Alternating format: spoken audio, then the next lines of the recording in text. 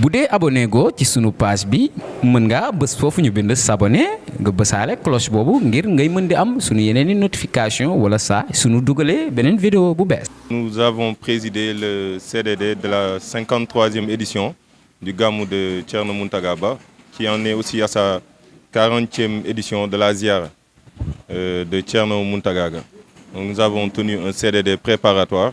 concernant l'organisation de la cérémonie,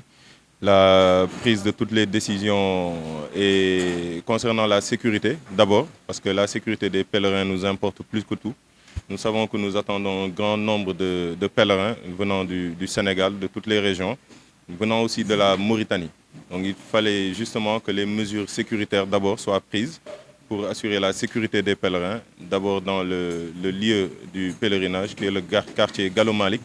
où le commissariat urbain avec le commissaire de Richard Toll, le commissaire Tine, a pris les dispositions pour accroître les opérations de sécurisation une semaine avant autour du quartier Gallo Malick et asseoir un dispositif permanent sécuritaire 2 jours avant l'événement et 2 jours après l'événement. Donc là, il s'agit des dispositions sécuritaires, mais pour les dispositions sanitaires aussi,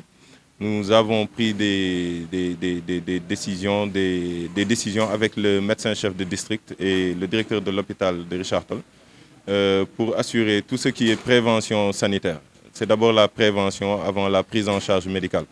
Je rappelle que le gamou de la Ziara de Thierno Yaya Ba s'est tenu il y a peu de temps et s'est tenu dans des conditions optimales, sans anicroche ni aucun souci majeur qui a été déploré. Donc nous avons maintenu le même dispositif et sécuritaire et sanitaire pour que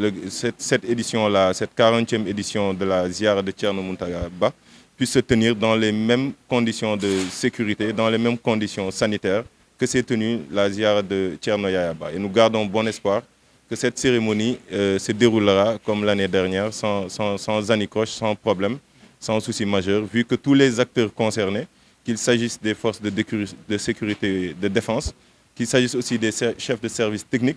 tous ont pris l'engagement et l'assurance de se mettre et de s'inscrire dans les mêmes dispositions que pour toutes les autres cérémonies religieuses du département et de la région, compte tenu de l'importance et du cachet que cette cérémonie-là a pour le département de Dagana, pour la région de Saint-Louis en général. D'une cérémonie à portée internationale, donc nous attendons des pèlerins sénégalais et non sénégalais, et notamment mauritaniens, qui devront justement passer la frontière sénégalo-mauritanienne. Et là, le commissaire spécial de Rosso, qui justement a en charge la sécurité de la frontière, a discuté avec le comité d'organisation pour que eux aussi, le comité d'organisation, puisse transmettre peut-être la liste des pèlerins désireux de traverser la frontière. Et de ce fait, la liste ainsi établie pourra permettre aux éléments du commissariat spécial de Rosso de leur faciliter le passage de la frontière. Yàggoon nañ ko taxawal te taxawal nañ yàggul dara CDD Ziara Thierno Yaya taxawal ziara bi te wax dëgg fa yàlla liñ ci jot a dégg amul woon benn jafe-jafe yoo xamante ne comité d'organisation bi amoon na ko ak acteurs yi nga xamante ne ñi ngi woon ci biir. Donc li nga xamante ne taxawal nañ ko ci gàmmu Thierno Yaya noonu lañ ci taxawaatee tey pour waajal gàmmu Thierno Mountaga Ba. lii ñu ëppal solo ci lu njëkk mooy kaaraange pèlerins yi ñi nga xamante ne dinañ jógee ci commune bi ci département Dagana. ñi nga xamante ne dinañ jóge fépp ci Sénégal waaye ñi nga xamante ne tamit Mauritanie la ñuy jóge ñëw ngir fekkee bés bi li ñu ëppal solo mooy seen kaaraange ci noonu commissariat bu Richard Toll bi nga xamante ne moo yor kaaraange commune u Richard Toll yëpp moom dana taxawaay boo xamante ne ci semaine bi ñuy waaj gàmmu gi dana yokk bu baax a baax li nga xamante ne mooy sécurisation wu dëkk bi ci koñ bi nga xamante ne mooy Gallo Malick nga xamante ne foofu la kër sëriñ bi nekk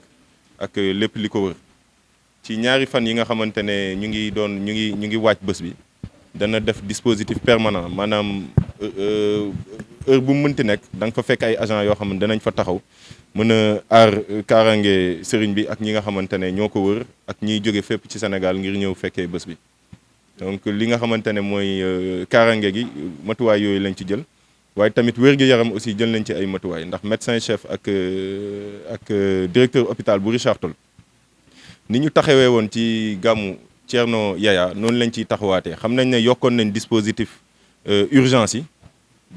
yokkute boobu dañ ciy des waaye itam nee na danañ teg ambulance médicalisée pour li nga xamante ne mooy prise en charge pèlerin boo xamante ne feebar na wala am na feebar bu ko dab gaaw ñu mun ko jël en charge ba nga xamante ne du am benn jafe-jafe. en calmini denndaangal banndiraaɓe juulɓe en calmini denndaangal mbiyowo mbimi e wiimi e wimaami en jetti Allah hannde eɗen en ɗo darde monsieur le préfet mba gandanɗa hoore ma kanko resda golle département ɗe fof en mbadde makko CDD mbaddanɗena makko service aji ɗi fof ngari goto fof kadi ƴetti kadi engagement ƴettatno ɗi o waɗatno fof ɓe mbi koɓe ustani ɓe ɓesdata koɓe ɗaɓɓi kamɓe yimɓe laamuɓe ɓe mbi tan ko yimɓeɓe yoɓe gar e keewal isi yoɓe gondo needi ɓe gonda e deejre ɓe gonda e neɗɗankagal timmugal ɓe gonda e dimagu timmuɗo ɓe mballa kadi sécurité kadi gonowo ɗo hadara ɗo pour liggade golle ɗe ɓe mballa ɓe wawa wadde liggey mabɓe ɓe mbasa ɓe hollude bonnedagal walla goɗɗum ene jeeya hen koɓe ɗaɓɓi kadi yimɓeɓe yo mbattu haqqillaji e koye mabɓe guila e cellal mabɓe ha e dendagal noɓe poti joɗorade e noɓe poti ardude e noɓe poti yahrude e noɓe poti waɗir foof ɓe gandanɗa hoore ma ko l'islam addiɓe ko gammu addiɓe ɓe keddo e on ɗo ngal ɗon gueɗal to banggue frontiére Mauritanie to eɗen gandi koriji men Mauritanie naɓe hewɓe hen no gara e gammu he enen Allah waɗi enen en frontiére to eɗen ñaago bandiraɓe dayiraji wonɓe toon ɓe foof yoɓe mbaɗa liste uji mabɓe noɓe mbaɗratno ni ɓe mbaɗ inde mabɓe binde ɓe mbaɗa numéro carte d'identité mabɓe ɓe gara e dental service aji kadi e dendagal kadi wonɓe toon e commission ngaji nelnoɓe toon ɓe foof soɓe ngari yoɓe ndewat bolol ɗo lawol ɗo frontiére ɗo Sénégal ɗo soɓe ngari kadi yoɓe gaccu laamu o kadi waɗa liggey mum ɗum ina jeeya ko ɓuuri ɗaɓɓu koɓe cohli te eɗen gandi khalifa o ceerno Mouhamadoul Bachir Mountaga ɗa ha Cheikh Oumar Fouti omo hokki laamu gueɗal ha gandanɗa hoorema o ƴetti ɗum koye Cheikh Oumar Fouti wadde enen goni ɓesgu makko wadde gokken laamu o gueɗal laamu o wawa liggade liggey mum ɗum noon yimɓeɓe foof soɓe ngari yoɓe gondi tan neɗɗankagal ɗum woni ko ɗaɓɓa hen ɓe gonda kadi e ndimogo timmuɗo ɗum woni ko ɗaɓɓa hen ɗum noon eɗen jetta Allah e nelaɗum eɗen jetta préfet o dendagal walla di makko eɗen jetta monsieur le maire de la commune de Richard Toll e dendagal walla di mabɓe foof kamɓe foof ɓe darima ɓe dadima hen ɓe mbaɗi programme o ko programme mabɓe ɗum noon eɗen ñaago Allah e nelaɗo mum yo Allahu tawnu en natiren goleɗe bisimillahi rahmani rahim Allah hokken timmude ɗum alhamdulillahi rabbil alamin yimɓeɓe ko yoɓe jaltu cuuɗi mabɓe ɓe jalta galleji ɗi ɓe totta hoɓɓe ɓe ɓe jaɓɓo hoɓɓe ɓe saabu koɗo heewani ɓurde balɗe tati te enen en gandi aroɓe ɓe wona kamɓe garat ko rasulillahi arata ko rasulillahi jaɓɓate te rasulillahi on ɗon o neli ɗo ko Cheikh Oumar Fouti woni khalife l'islam ceerno Bachir Mountaga ɗa ha Cheikh Oumar Fouti wadde so tawi yimɓeɓe ngari yo yimɓe Kumma Galo Malick naɓe ha ɓuuri tengto e mabɓe e commune o foof yoɓe jaɓɓa yimɓeɓe neɗɗo noon jaɓɓortoɗa ɗum e fewnat ɗum ɗo jooɗoto haade koɗoma yettade ɓurani teddude koɗoma ara doga ara yiiloɗo joɗɗinɗa ɗum yoɓe ɗaɓɓu ɗo ɓe joɗɗini yimɓeɓe ɓe jalta cuuɗi ɓe jalta galleji ɗi ɓe daro ɓe gona bayfaluji ɓe daɗo ɓe balla yimɓeɓe joolo ɓe keɓɓo ɗumen saabu koɗo aɗa jiiɗi teddinede so ɓuuri yidde e jaatigui mum foof ko jaɓɓugal ngal o jaɓɓoto ɗum ngal ko ɗon gueɗɗe goni ɗum noon ɗum woni ko jiniɗen haalde hen wassalamu aleykum wa rahmatullahi taala wa barakatuhu bu dee abonné go ci sunu page bi mën nga bës foofu ñu bind s'abonné nga bësaale cloche boobu ngir ngay mën di am sunu yeneeni notification wala saa sunu dugalee beneen vidéo bu bees